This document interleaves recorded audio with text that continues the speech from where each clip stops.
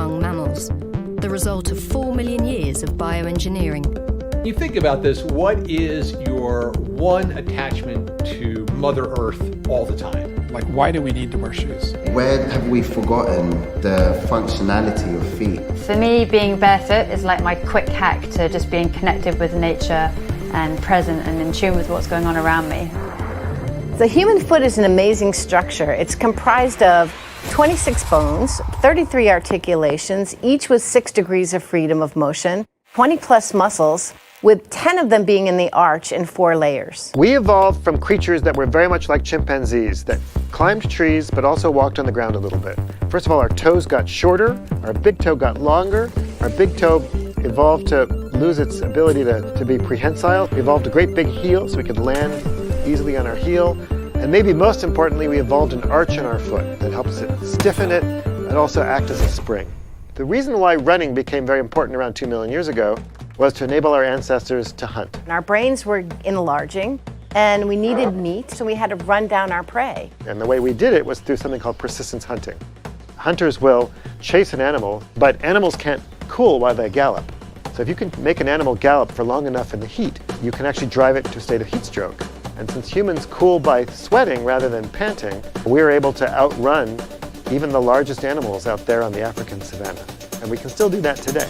The foot is really very well designed by itself to withstand the loads of walking and running. It can move in many different ways. It allows it to be a rigid lever at times, it allows it to be a mobile adapter to uneven terrain at times, and to be spring-like and have spring-like characteristics. The truth is, for most of human existence, everyone was barefoot, until something happened around 40,000 years ago.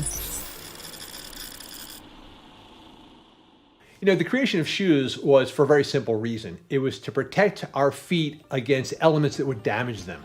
People started to wear footwear about 40,000 years ago. We can assume that it were skins wrapped around the feet and also sandals made out of organic material. Heels were first worn exclusively by men, mainly by horsemen. The heel kept their feet in the stirrups so they would not fall off their horse and they would be stable in their saddle.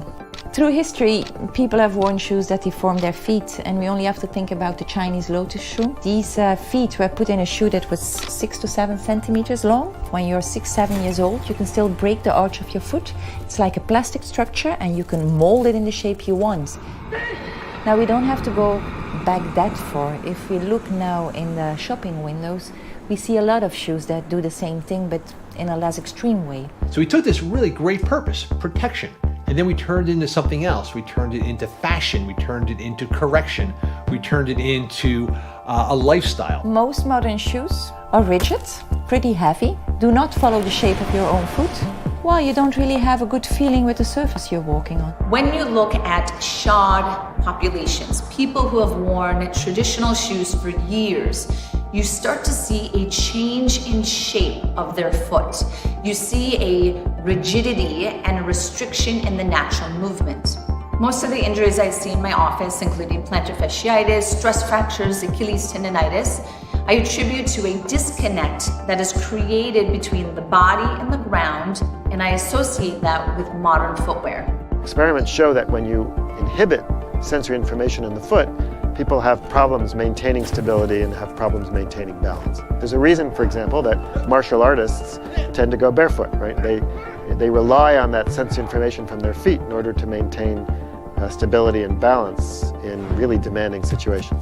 Pointed toes and elevated heels have been popular for centuries, but around 50 years ago a new type of shoe appeared that would revolutionize the footwear market.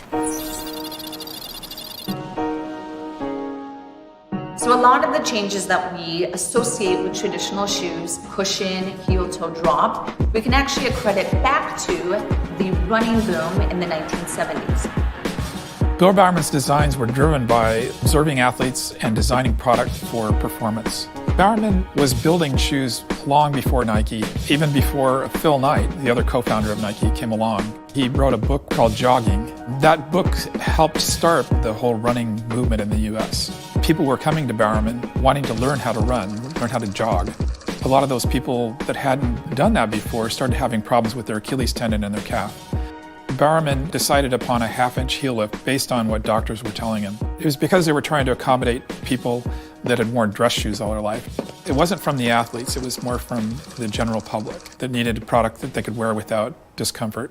Beyond that, they started adding a counter, they started adding arch support. So they're adding Band-Aids to the effect of creating a problem with the heel. When you put your foot in a cushioned shoe, it's the same as putting your butt in a cushioned sofa. What you're doing is allowing everything to relax and get soft and deactivate. I think one of the causes of weak feet is the chronic support that we have from modern footwear. A carbon fiber plate, springs in the heel, air within the heel, are trying to mimic a very intelligent system that we already naturally have. So what we end up with is this cocoon, this sarcophagus that encompasses your foot and strips away all the natural movement that's there for a reason. I think in today's world, fashion is first before performance. Fantastic. Is it going to sell? Is it have that right look or appeal? The more established mainstream sports brands came at a time when it wasn't cool to wear sportswear. So they had to become storytellers and attach their shoes to icons in order to get people into the footwear. The advances in technology and all of that has simply interfered rather than helped the foot. So you're buying technology and shoes to correct for problems caused by the shoe itself. So do our feet need support? Or is it time we learn to let our feet support us?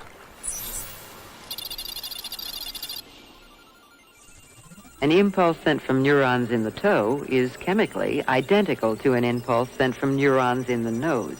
Your feet are riddled with sensory neurons. This makes perfect sense because in an evolutionary environment, you want to know exactly what you're stepping on. Is it hot? Is it cold? Is it sharp? Is it detecting any kind of danger? I believe that children should be barefoot as long as possible because this is when they are in their peak window of what's called neuroplasticity or brain and nervous system development. I don't think any kid wants to wear shoes. Just kind of, they hate having to tie the laces, they hate having to put them on, they hate having to take them off. No. We're living longer, which is a good thing. But one of the big risks as we get older is falling. It's a very simple thing, but people aren't talking to the elderly about their feet. It's quite intuitive. Bring them closer to the ground and their balance improves. I definitely think that we would all benefit if we transitioned our footwear to more minimal footwear. And we just published a study showing that foot muscles in the arch get stronger when you simply walk in minimal shoes. Running barefoot is a skill just like swimming. You don't just jump into the pool and think, okay, I'm going to master swimming this afternoon and I'll be good to go. Then I'm going to swim the English Channel. You need time to build up strength, endurance, and technique. What I tell designers is that design product that follows the foot rather than product that foot has to follow. So if you can design shoes that do that, then you're golden. A minimal shoe is exactly what you should be wearing. It is the least amount of protection that will make you comfortable. If people can realize that they can just strip away all this unnecessary junk and that they will immediately feel the benefits of it, that hopefully is the best message for our future.